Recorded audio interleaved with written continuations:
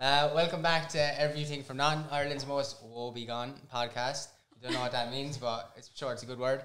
And as you can see, we're doing this like once a week, but we meet up so this goes out on Monday, but we meet up every Saturday. Pre-production meetings, Wednesdays, Thursdays, Fridays. yeah.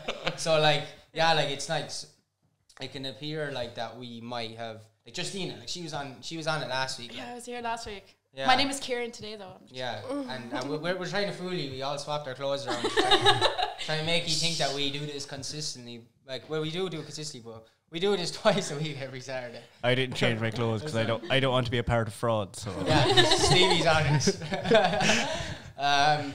Today we're joined by Jennifer, who's a local artist. Well, she's local if you're in Thurles and invested. Local is a weird word nowadays because the internet really because people.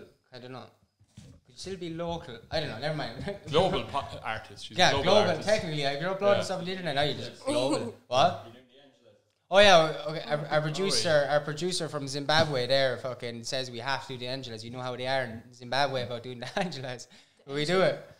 Okay. So we're just going to do a moment's of silence for Ireland's most angelic podcast. Embrace the awkwardness. Yeah, embrace the awkwardness is important. My great grandfather always said, if you want to find Jesus Christ, you'll find him in the awkwardness. So let's find the awkwardness together.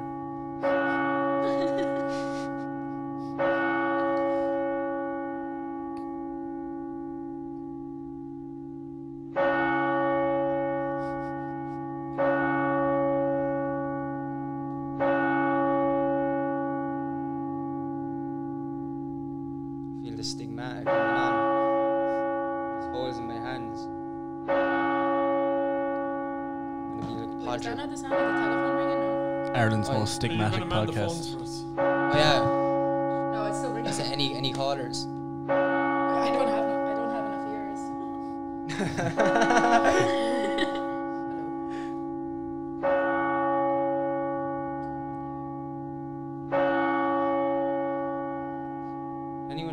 I smelled Padre Pio. Welcome back. So we've done it already. I don't know how to do. Did we do it? Well, we done the Angelas. So we're talking about Jennifer. She's a local artist from Thurles, and she actually made the intro that you watched earlier on. Probably however, yeah, it's really cool. So Stevie done the music, and Jennifer did the remix. Yeah. There's clapping going on. That's probably weird for you. Yeah, I didn't know that. Well done, very cool. I was wondering where it was. Yeah. But yeah, so really cool that like the two artists of the thing. It's cool that like we can like people are able to like combine like what you done audio wise and what you done video wise to make the thing. What was that like making the intro? You did it like stop animation, stop motion, yeah, or pixelation is what it's called when you involve like humans in it. Yeah. Okay. I had to get a camera off a photography student who's my friend Shabea, and had to get lights as well. Yeah. And I did it all on my floor in my apartment, and just got like crumpled up piece of paper he wanted, and like had to like mask it down as well so it doesn't like the camera doesn't move too much, and then I went on After Effects after I got all the hundreds of images and did that like writing down thing. That's it was cool. Yeah. And it literally looked like you crumpled up the paper like exactly, because we have like that cover photo that's like but it looked like it looked like as if you nearly crumpled it up exactly like the cover. Like, were you sitting there like doing it perfectly? Or it just happened? Copy the crumples. Yeah, that's a hard thing to do. Like, just a coincidence. That's class though. You were just, I don't know, I found it interesting. So you were just down in Kerry, camping in Kerry, yeah? Yeah. What was that like?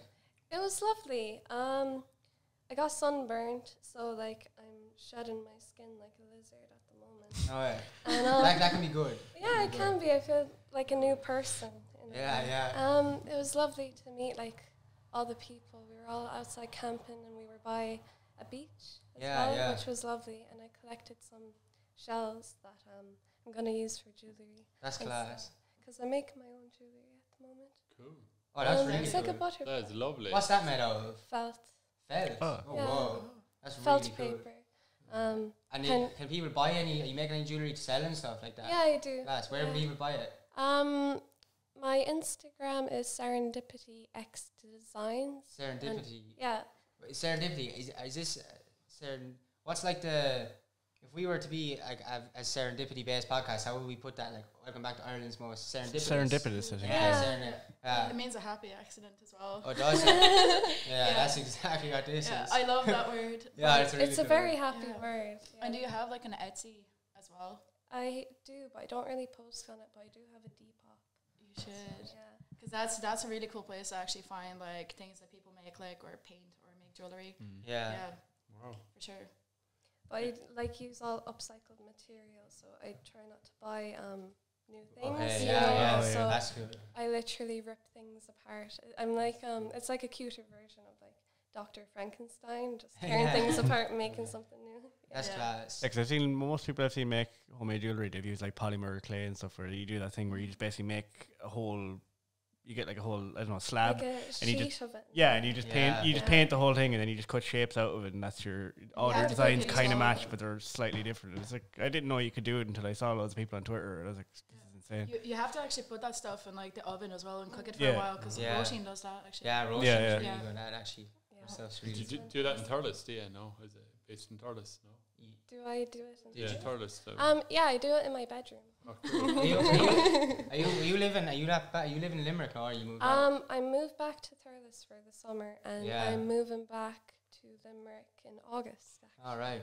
And you're doing, was it LSAD, that course, college? Animation and motion design. Yeah. I graduated. What's that college like? It's lovely. The first semester is a bit confusing in a way, because they let you off and they let you do whatever you want, you know. Yeah. So there's no structure to your day. You have to make the structure. Okay. So a lot of people DOS. I've been in there drunk a few times. Have you? Yeah. I've gone in there actually for a wander, and people used to just think that I was part of the college because you look the part. My hair was like a random color, and like I used to always be extremely colourful, so they just never thought that I was not in college. But I had a lot of friends in college. Blend in. I went to their end of year show a few times in Limerick. It's pretty cool. What was it? The end of year show, you know. Oh, like that's the graduate cool. show. I like them, We had to have ours online. Pictures in my other in the sitting room there. They're all from there. Yeah. Oh, really? Yeah. Oh. Did you? I've heard stories from people who went to other like art colleges where like it's like, I don't want to say like mind games, but it's like they do this thing kind of to prepare you kind of mentally for things. I was talking to someone before where like basically they got them to like spend all morning drawing something, and then when they were finished, everyone in the room had to like tear it up and throw it away. Just be like, look, sometimes you don't get to keep your art. And like, did they do that kind of stuff? Yeah, they do that in first semester. That's really hard though, because you could spend hours on it, and then they're like, don't get too attached to your work and just throw it away. We used to have that as well, Depends. That's more fine art. Design is very keep everything. You know. But would it not be better to like spend hours on a piece of artwork and then just gift it to somebody rather than throwing it away? I know it's a bit wasteful. Because I can let go it that way if I know that it's going to somebody else that's going to appreciate it. Repurposed. Yeah, exactly. Well, I think if somebody else, like, I don't know, we used to have that. I remember we spent ages, a group of us made a model and we thought it was amazing, and we were all tired, and the lecturer just rolled it into a ball in front of us. And I could feel the blood thumping. Oh, man. I was thinking I was going to, like, take the head off him, and I didn't say anything. I was kind of on the balance between, do I get him in a headlock or say nothing? So I said nothing, like I said nothing. It was brilliant. Yeah, I think not getting people in headlock. Resistance is good, like stay away. Learning self-control. It is true. Pretty good lesson, because like say you could have spent a week doing something for someone and they're going, I hate that. Yeah, that's cool. You have to just accept that they hate it, and that's it. That I really respect that, but still, no matter how much respect you can give that, there's still going to be that party, and it's like fuck you, like fucking. It's like the fucking like the monks who do like the mandalas with sand, and they will sit there. What is it? Sorry. Is it colourful? Yeah, like use all different colours sand to make these mandalas, and then just when they're finished, the very second they're finished. They blow it away. And it's like, I've always seen that. It's really mad, because they're doing it for that pure creative connection kind of thing. Like it is very therapeutic. Yeah. Create. Do you find that actually? How long have you been doing art? Since kind of young age? Since I was in play school. Where were you in play school? Oh God, but I forget the name of the place. Holy Cross. No. Premier Hall. No, it's just behind a bakery by Dunstore. Eileen-Ryan's that's place. Oh, right. Yeah. Was it in Duns? No, that was in Crash. I used to. Eileen-Ryan's Play School, yeah. I remember that, I used to go to Crash in there. I felt like another life. Place, yeah. Mother do the shopping, and you'd be in there fucking gallivanting there, like. Yeah. I never went to a place. There's the Thurles word, gallivanting. Gallivanting, that's a good word, yeah. That is a good Galvanise, you galvanise. That's the thing the Irish would say, you galvanise bastards, yeah.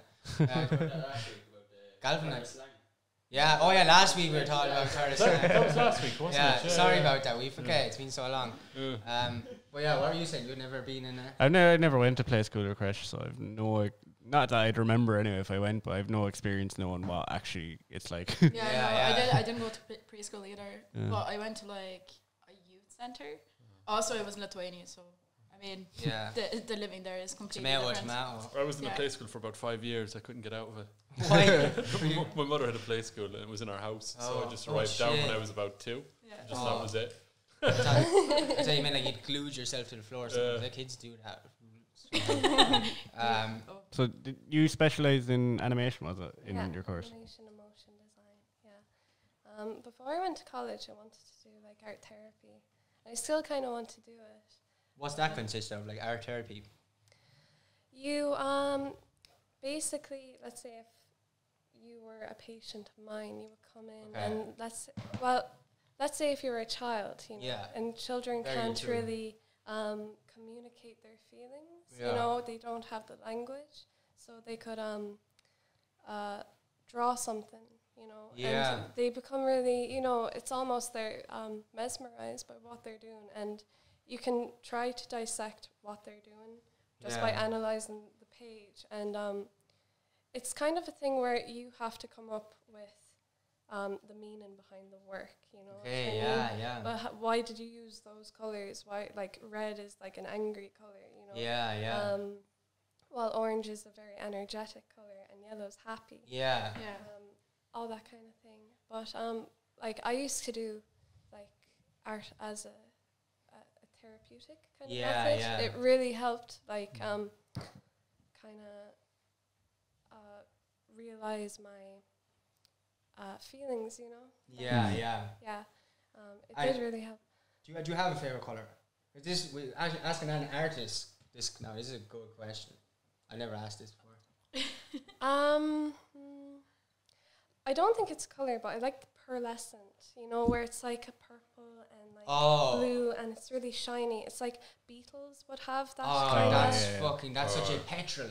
Yeah, exactly. That's such a good answer. Oh my God, like you're hedging your bets there. We've asked that to I think we forgot to ask you. Did we ask you what your favorite color was on your episode a whole week ago? Why is your favorite color? Oh God, it's really hard because I'm kind of like, what's that called? Like anything holographic or purple. Like, I mean, because I'm kind of obsessed with purple, but then anything holographic is technically like mermaid color. It shines and it changes colors. I remember I saw a thing before where people were talking about like people with favorite colors, and they were saying like when it comes to like favorite colors, most people are like, I kind of have a favorite color, but they said people who like purple are usually really intensely into purple, as in like it's really, really their favorite color. I'm not that intensely into purple, but I do like purple. I mean, my hair was purple for the longest time, but it was because it's like your crown chakra, and apparently it's just it's meant to be a really empowering color anyway. I mean, and even I actually know loads of facts about purple, but one of the main things was you know why you don't see purple in any like country flags is because it was such a rare dye back in the day that flags, no one could afford or get access to the amount of purple needed to mass produce flags to represent their country. So it was such a rare, there was somewhere in Africa where you could get it, but no, that's why no countries have the colour purple in their flags. It was such a rare, and purple was also seen as a colour of royalty as well. You would be, you get an old backhander if you were wearing purple. Yeah, it was like royalty or the church wore purple, because in the during Easter they wear purple, whereas like going back years ago that would have been a really, really, like nowadays it's just it's purple, whereas like back then it would have been a lot more symbolism of like, whoa, it's purple, like you don't see this like. The bishop wears purple, doesn't he? He does, for good luck. Is it like purple and gold or something? It brings out his eyes. It's good. What? Yeah, sorry, were you going to say something? Oh, just because you were talking about flag, it just reminds me, like, it's not the case anymore, but up until I'd say it only changed the last, I'll say 10 years to be safe. There actually used to be one flag in the world that only had one single colour on their flag, and that was it. It was like Libya's old flag. It changed when Gaddafi got thrown out, basically, or killed, whatever best way to put it. What colour was it? It was just completely green. Just all one shade of green, and that was their flag. It's the only country in the world that had one single colour flag. Like. That's kind of smart. Why? That is weird, actually. What? Yeah, fuck it, like. Nah. But you know, like green. Do you know the thing about the color green when it first like came around? And do you know when like they used to like mix either flowers or like other things to like actually be able to dye materials to make like clothing or whatever? And there was like this thing about like the ladies that faint in the green dresses. So like when green was first the color, like the stuff that they were using to make the green color to dye clothing, there was actually something poisonous in it, and it used to make like women faint. Yeah, so so that used to be a thing. It was like it's bad crack. I'm sure I'm saying it wrong, but it's like the fainting ladies in green, or it's something like that. I mean, if you look it up. Do you know bricks to dye bricks red? They used to use arsenic. Great. So you know, you see people in salvage yards doing little barbecues with their salvage bricks. They're probably full of arsenic. Well, why would you want to dye him for effect, like? Yeah, to try and make him look prettier.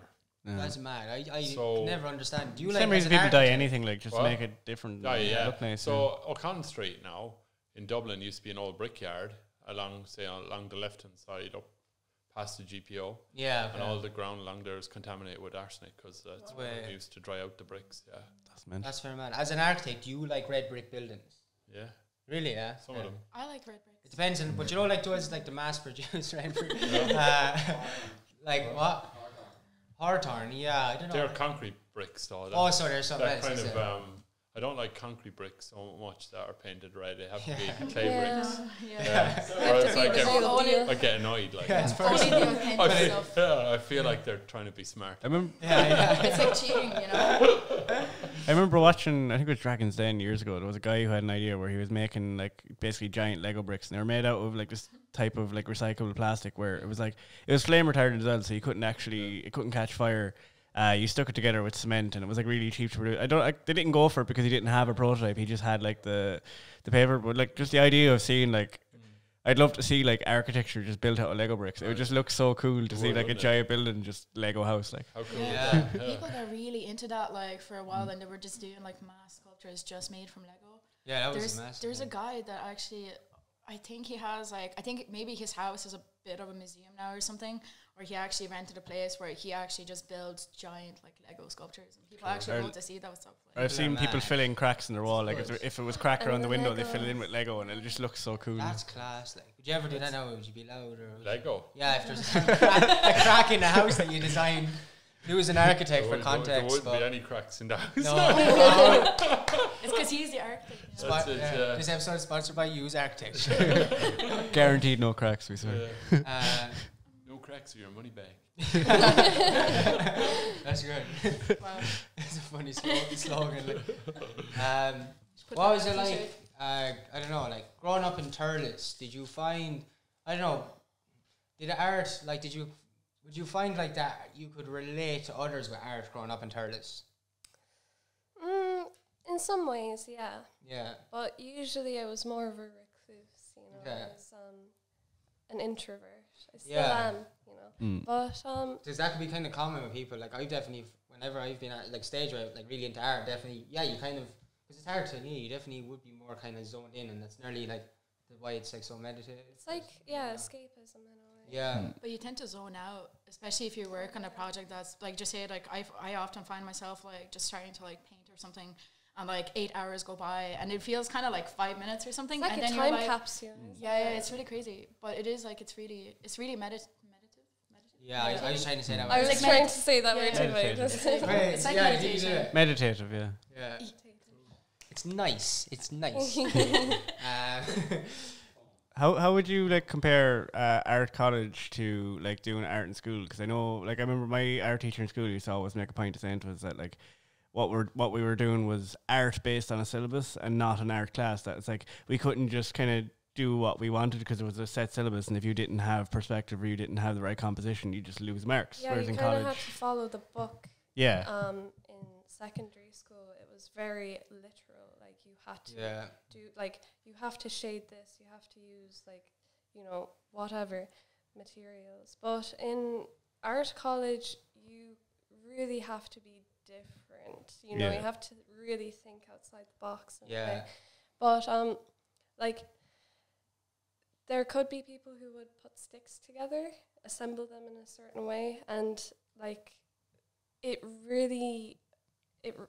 has to have meaning behind it. It has to have this in-depth, like, why did you assemble these the way you did, and why did you use that, you know? I think that's where you get the marks, you know. It's your it's the meaning behind your work, not your actual work. That's how do you feel about that? I don't know, to be honest.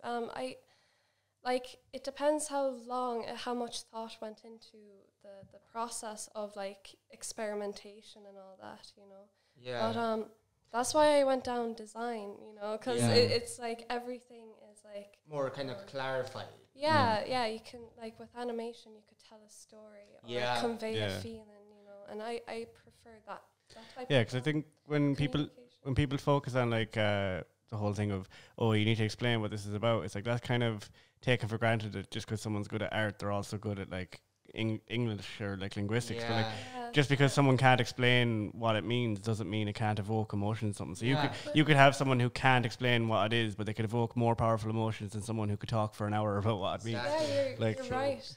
I have a question actually, because like, do you know, like in college, have you done like the 4 years now? Or are you still done? Back? Yeah, oh, congratulations! Thank you. Really well. But would you ever have like a lecture in your 4 years, like like turn around and be like, your art is wrong? Because like, I mean, like, because with music, for me, I'm kind of like, I don't like to over-explain, for example, the lyrics or the songs that I write about, because I want to leave it up for interpretation. Yeah. Because then you're like narrowing down the audience if you tell them that this is what this is and this is what this is about, and then that's all that it means. But like, if somebody else didn't know that, it might mean something else to them.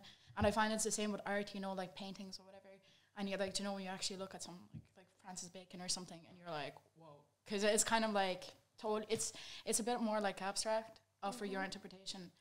Like, because I just feel like people shouldn't be judged in that way, being like, your art is wrong. Like, did you get that a lot in college? Or we would have, definitely. They're very opinionated, you know, and I think maybe that's why some people could have gained their marks and also lost their marks. It mightn't be the quality or the quantity of their work, but it could be their work and what the tutor would have thought of it. You know what I mean? So in a way, it was very, you know, you don't really know where you're missing out on, or like, it depends on your tutor, because one tutor could absolutely love your work, while another tutor would be like, it's so subjective. Yeah, very subjective. That's why you can't have. Sorry. No, go on. Is it ever personal? Like, do you know if a tutor specifically just didn't like you for some reason, and not particularly your art?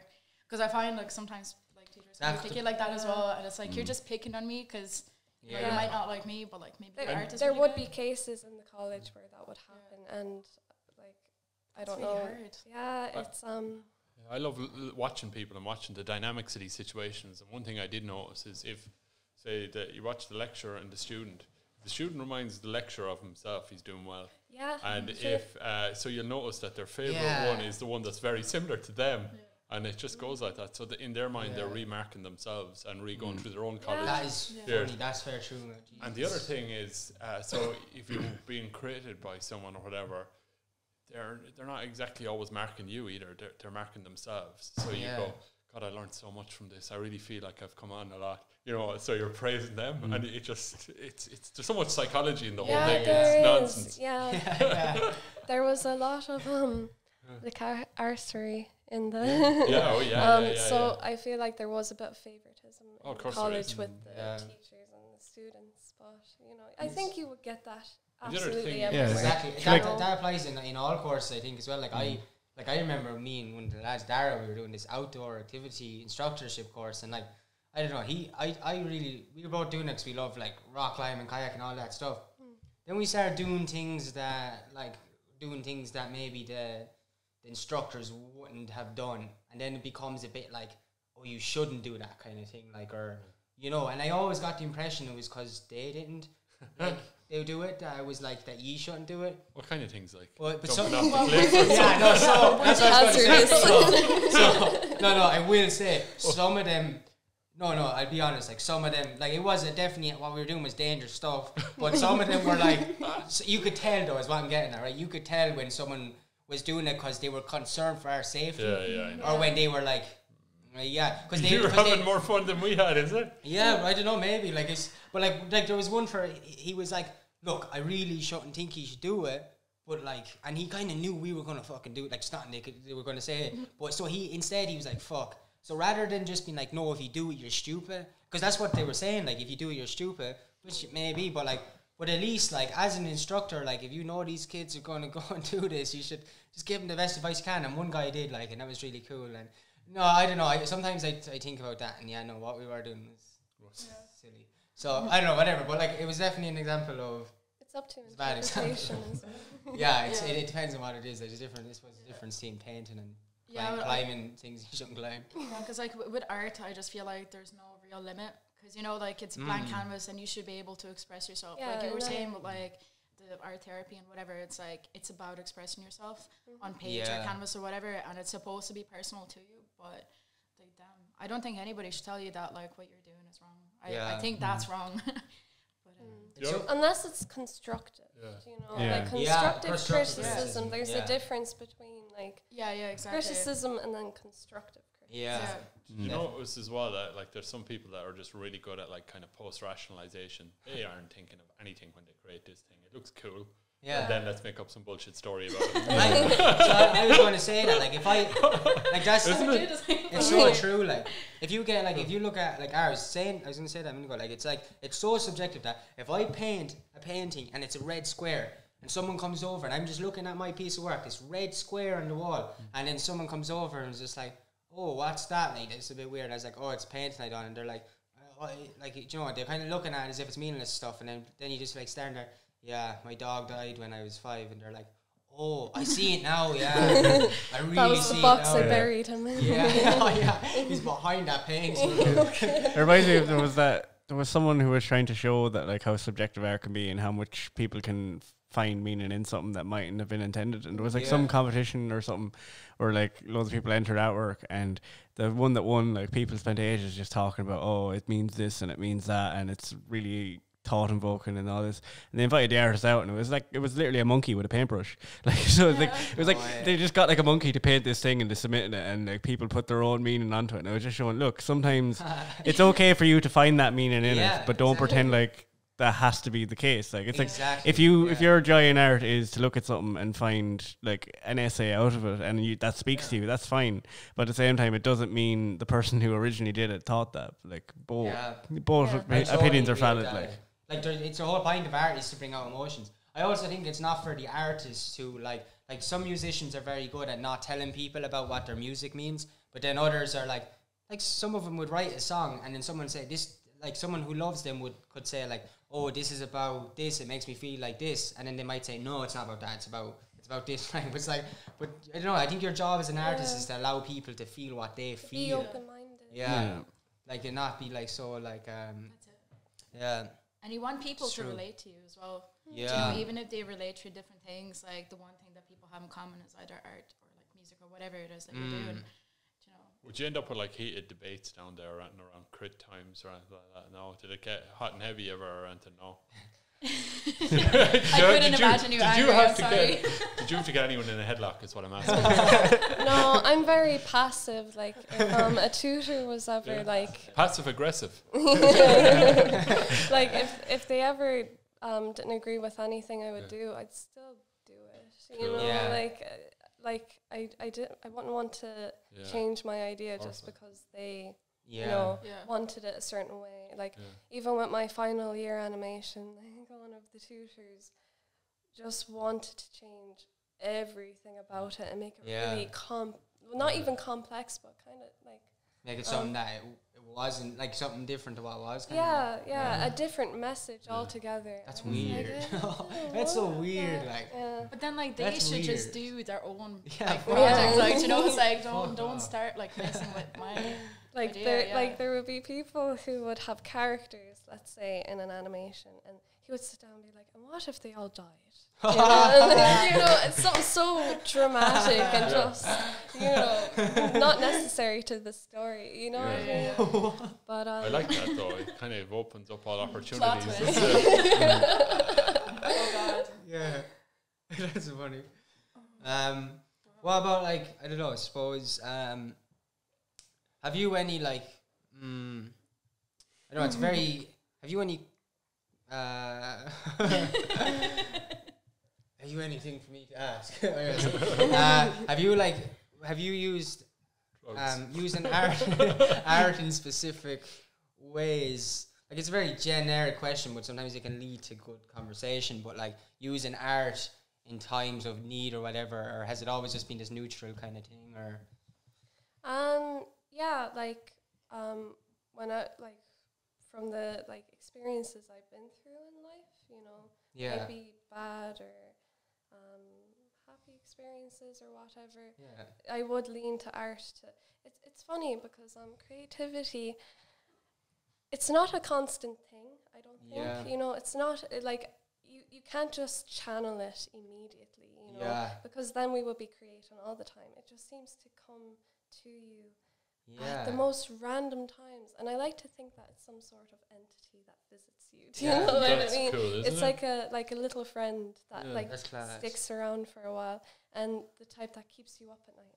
I really need to get this out my system. And do you reckon it visits you when you're in a certain way? Are you busy doing something else, or is there a particular time when that kind of thing? When you're lying at the post office, fuck you. It really depends, because it could visit me when I'm chatting to you right now. Yeah. Or it could come if I'm looking at that painting, or.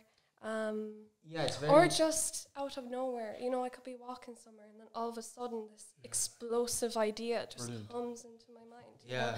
And I think, who said it? There was a really nice saying that, creativity can't visit you if you're not creating. So that's why you should keep practicing. Okay. Yeah. We were talking about this earlier. What's the when you trophy of if you stop using your hand muscles will disappear, a trophy or whatever it's called in medical terms, but it's if you stop using a limb, eventually your muscles energy stops going there, you don't practice your creative abilities, that's what happens as well, cause that happens on all levels, cause creativity, I don't know, creativity is a weird one. It's it's just an abstract kind of fits into everything. It is life as well, cause every belief, even if whether you believe in the Big Bang or anything, kind of some form it was a creation. It's nearly kind of a thing everyone can agree with. It's creativity is always there, but it's focused creativity is the thing that's hard to get. So it's you'll be creative and you'll always be creative in the sense that you might be stumped for ideas for a song or for an art piece, but if you have to buy someone a gift, you can be creative in that sense. Yeah. So the creativity is always there, but it's actually trying to focus that on an end result that you want is the difficulty. It's trying to go, I want to make a piece of art. You can't just do that. It doesn't work like that. You can't just click your fingers and you have your perfect idea you can sell on, unfortunately. But it is cool that creativity does. If you are a creative person, then I think I'd argue that basically everyone in the world is creative, in some way. It's what humans do. You just need to practice it. Yeah, you just need. You need to encourage it for kids as well, because if you don't encourage creativity in kids, a lot of the time when they grow older, they might find it themselves, or they'll just go on doing other things. And I just think that everybody needs even a little bit of it. Yeah, you need to be able to recognize that natural creativity in yourself. So it's sometimes you can go through life and think, oh, I'm not creative because I don't do this or I don't do that. But you can be creative in so many different ways, and if you can become aware of that at a young age, you can really utilize that, and like you said, use it for therapy reasons and so many other reasons, whatever reason you want, really. So if you were create a new fish that doesn't exist, an aquatic creature, an aquatic being, an aquatic creature of God, or whatever you want to call it, but it can do, and it has a superpower, what is it? You can create anything, go. And any you have ones in the meantime. Super fish, any superhero fish. I got one already. Yeah. But no, we'll let you go first. No, you go first. You go first. No. You have one. I have one, yeah. I was just going to say a super space mermaid that lives in the water. Well, like a mermaid is a fish, though. Oh, yeah. It's a half a fish. I was going to go with like an anti-mermaid, so like fish head, human legs. Just because I just think it looks hilarious. Like that's really. I've seen a Photoshop of that before. Oh yeah. So never mind. Actually, yeah. But I was just picturing people walking around with a fish's head as well. Actually, that's funny. I thought that'd be kind of cool, and then they could talk and shit. Yeah. compete in the Olympics, like 100-meter race, and this guy would just like fish upper half. Just. Do you know what I'd love to see? You know, like a fish. Yeah, you know a fish. You know, like explain. So like there's rolls of sellotape where you pull it off and you break it off. Yeah. I'd love if a fish had one of them on it. Yeah. Yeah. Just natural. It creates natural tape. Yeah. Like just by fucking osmosis. I don't know. Instead of like creating silk like a spider, you just have like tape. Yeah, even with the little metal part off thingy. Would you technically call if you were to harvest that tape? Would you still call it milking? If it's a natural product coming from fish. It might just be like poop. That's weird. Yeah, could be the sweat. I don't know. The logistics behind this are yet to be discussed. Behind the scenes. Don't fish sweat though? I feel like that's a good question. Sorry, I actually feel like I read that somewhere before. That's fish sweat. Probably. That's a good Maybe question. that's why it's so salty. Oh my god. You're onto something there. I feel like I read something like that before. I could be really wrong. That's good. Are you doing any animations at the minute? Yeah, I'm working on a storyboard animation. Oh, cool. I'm really excited for it actually because there's this band from Norway called Calandra, and whenever I listen to music, I just imagine like a music video in my head, you know. Yeah. And well, one of their songs is called "Brave New World," and I was inspired by that song, you know. Yeah. And so I messaged them and I was like, could I please buy the rights for your song? Because I really like it and he inspired me and I'm a big fan. And they got back to me within a day and said, your inspiration is payment enough. So wow, that's fucking cool. And they're my favorite band of all time. Wow. So I was like, I was flying high. You know? Wow, that's so cool. Really I'll be done the animation next week. I have a preview of it on Facebook and Instagram. So yeah, I'll have to check that out. Yeah, that's really cool, actually. They're beautiful. They're very like magical.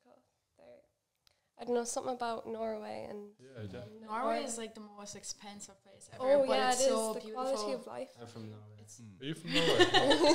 It's a turtleneck. You were working on like a comic strip thing as well. I can't remember the name of it, but I saw it I saw it on Twitter. I think, were you taking like polls for where it was to go at one stage or what people wanted? Basically, I let people decide, you know, at the end of each comic strip, like what happens to the main character. So they get to have some input into the story. Yeah. That's pretty cool. I'm using like Irish mythology. Could everyone die? No. Is that a choice? You're bringing me back. What if somebody actually put in like I don't know, a really terrible suggestion or something like a horror movie scene suggestion? Would you actually go for it, or would you just blank that out? At the moment, I have two options, so they can choose one or two. You know. Okay, so then it goes like either way. You know, does he? So it doesn't get weird, like. So you know, it doesn't get. So you don't actually take suggestions. Yeah. No, but she does like a voting because you don't want people suggesting like, when your character is just living in Mississippi with their cousins. You know what I mean? There's limits to this, you know, just in case like this. They might write themselves. We've got lots of viewers in Mississippi. I'll have you know.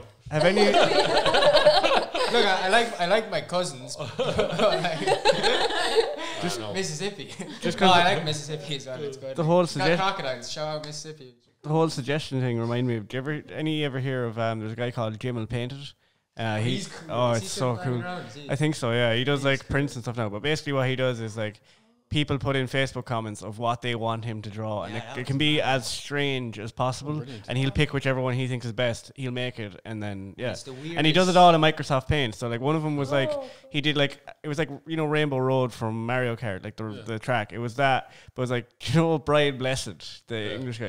It was him on a Henry Hoover on Rainbow Road, and just things like this. Or like, do you remember when Coke bottles had everyone's names on it? Someone asked for Voldemort, the magical moment where like Voldemort finds his name on one. There's Voldemort in like a shop holding a bottle of Coke with his name on it, like with tears coming down his eyes, and like it's just so perfect. Like he just gets these the most unusual suggestions, and he's like, I'll go for it. Like, and he had such a good connection, and he had such a good vision for the right comments. Like this is really cool. Like, wow. Yeah, the weather. Do you want to talk about the weather? No, my mess. But yeah, so any advice for like I don't know. I hate asking that question. Like, any advice? If you could, your 16-year-old self, isn't it? I mean, yeah. And what would you give your advice to your 16-year-old self? That one. Oh gosh, I think that's a good question. Just keep going and don't doubt yourself and don't judge other people's work because if you're judging other people, you're judging yourself too. Yeah. So it's good to just keep an open mind and have fun. It's not serious. It's not a competition. It's just a way to express yourself. Everything, like everyone's art is so different and unique because it's all perception, Yeah. It's experience. So is there any, like, have you any goals that you might be able to say now, and this is just for you personally, that you might be able to do, like, to be able to, like, set yourself a goal and say it now and see if you look back in a year, like, between now and a year, or if you have any goals at all, like, some people don't, like, it doesn't matter, like, but, like, is there anything that you might want to say now, and this is just for you personally, like, it's not for, that you could then, like, next year, on this day, go back and look back and be like, did I do it right? World domination. Anyway. Overthrow the government. World Dom animation. That's good. World Dome. Oh, that's great. Oh my God. Take over Disney. Do you want to bring down the government or anything? Any hobbies? That's a good hobby. Isn't it? Yeah. Bring down the government. I do it on my days off. I suppose an animated government could be cool because then they actually have to stick to a script and like predictable. Like you're not gonna be like, oh, they're gonna go back to their promises because like you have to decide. Like. Yeah. I think it's tricky because there's so much I want to do. And I don't really want to secure myself down with a promise. No, I was thinking that's the best answer. Like, I would have said the same thing. I didn't think I would make jewellery until like the start of this month. Actually. Yeah. I only started, but there's so many. Like I'm always changing my mind. Like just a few months ago, I wanted to do a tattoo apprenticeship. Oh, cool. Yeah. But then I'm like, oh no, I want to do art therapy, and like I'm always chopping and changing everything. Yeah. Oh, that's good though. I think that's the best answer. Like, that's genuinely the best answer. Even when I was saying, I nearly got sick asking the question because it's like stay under. Yeah. Oh my God! Like if I out the door if you are going to get. No. If I watched the podcast and someone asked that question, I would turn it off. That's a stupid. But no, because because the reason I'm saying it's stupid, like it's not stupid, but like I totally agree with your answer. Like I think like people should like have like clear goals and stuff. But Jesus, like don't as you said, don't put times on it. If you second you put times on it, it's a whole other thing. Like to say I want to be a tattoo artist, like, and you're open to that, you'll naturally things will come to be that way once you have it in your mind. But to do it by this time, you're still like, oh fuck. It's the same with like New Year's resolutions, and then you're like beating yourself up at the end of the year, and you're like, I'm gonna start fresh, and you're in this constant loop, and like just fucking do it if it comes, and if it doesn't, exactly. If it comes naturally to you. Yeah. No, that's definitely the best answer to it. You have to go the best question. Yeah, not force yourself against the tide. Yeah.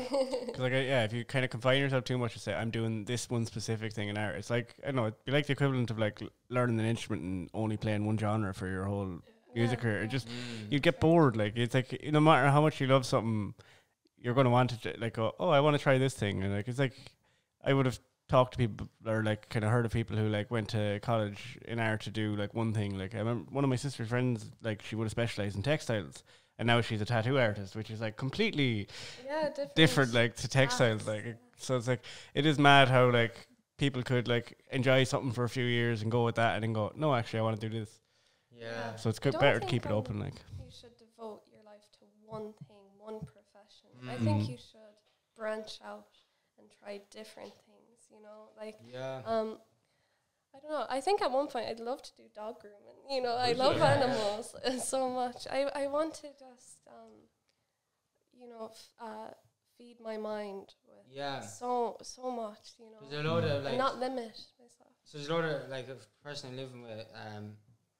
Like we done loads of like show me like all these really cool research papers on like creativity and stuff and how creativity is applied in every way, but like it really is about like diversity and where you reach out your arms. So like if you look at your brain as the x-axis and the y-axis, it's like the x-axis is like it's more of like the broadness of like what you the different things that you've done. The y-axis is your ability to take things, to be able to like often subconsciously be able to take your diverse experiences and create something new with them. So the more diverse experience that you have had, like if you do dog grooming and art, consciously you might be able to be hard to articulate and bring to surface the interconnections of that, but those things could lead you onto another thing. And it's the wider your x-axis is, the more room your y-axis has to work with that, and it just creates this whole fulfillment of life. Like and it doesn't mean like you go and have the best career, which you can do that, but you learn to be able to have more fun in life and to be able to access new things. And I think it's really important to diversify and not become like, oh, I'm John the doctor, or I'm fucking. Don't attach like those things with your personality. Like you can be a doctor, but like don't be like I'm John, I'm a doctor. Don't be defined by simply one thing. Like be defined by like so many things that it's hard for you to actually sum it up. Yeah, people often too much they define themselves by their experiences and their the past events, and you see that a lot when someone does something wrong. People holding grudges, but like that person, the person is not like their experiences. They're who they are at this time. Like it's not like present day. Yeah, it's always who they are. Like whether people like it or not, like you're just who you are today. Like it's just, Do you like slush puppies? Slush puppies. Yeah, good.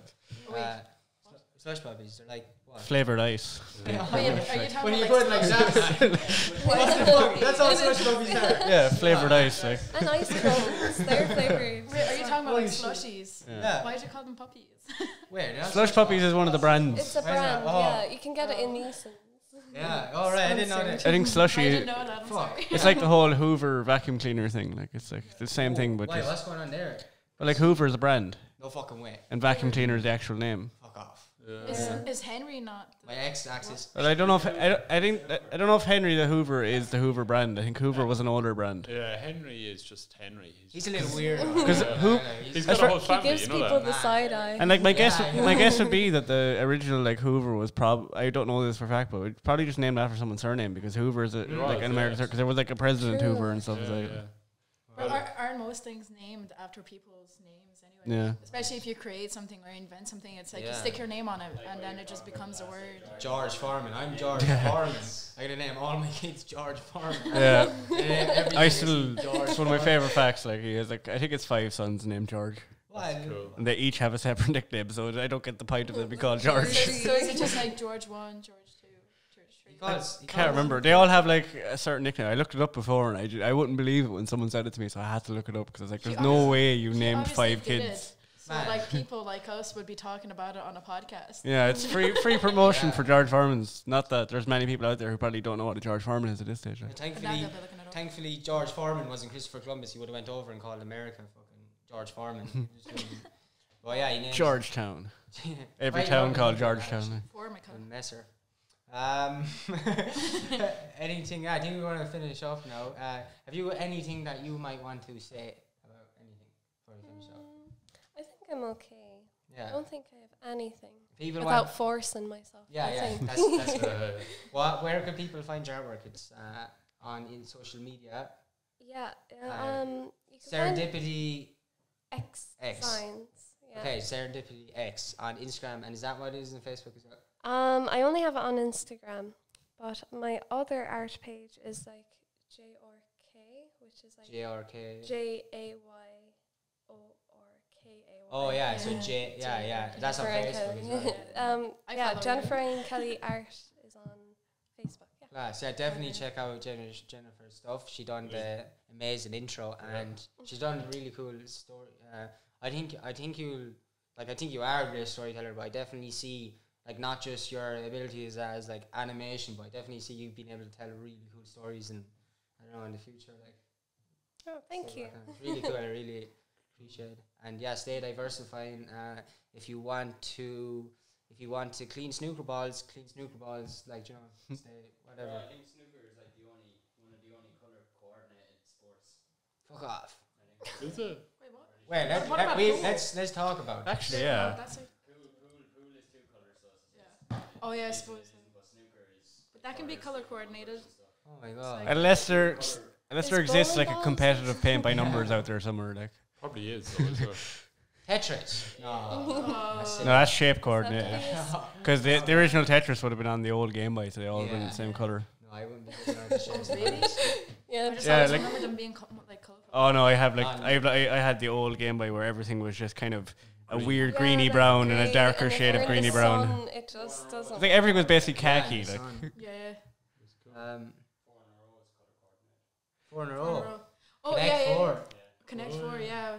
4 in a row is like the Tutor Opinion version. Well, what about at a stretch, team sports are color coordinated because like otherwise you wouldn't be able to tell who was on which team. Or checkers. Yeah. Well, it's not really that's like the absence of color and in the complete color. Yeah. It's a bit of.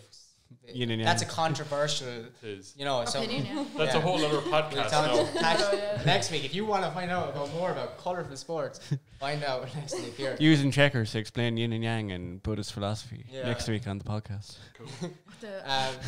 So come back next week if you want to hear us talk about more stuff, which we will. Anyone got any interest in Thurles facts? No. Any interest in Thurles facts? No. We don't know about. Or maybe we do. That we don't know about. None that I don't know about. The ones I don't know, I don't know. Pike used to be a mill. That's what I know. Yeah. Oh, very good. Did you know that? No.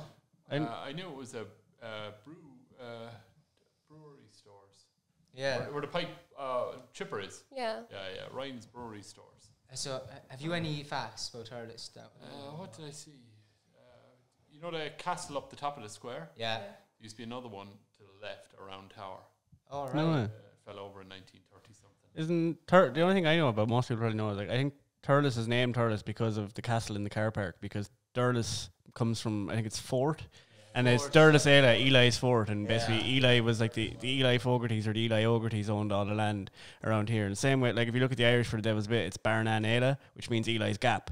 So like the guy who Thurles is named after, loads of land all around the place is named after him. That's cool. I didn't know that. Yeah. I don't know that either. You'll see Ela in loads of places. Like. Yeah. It was founded in Thurles, and it was. Thurles is 1 letter off from spelling Hurley.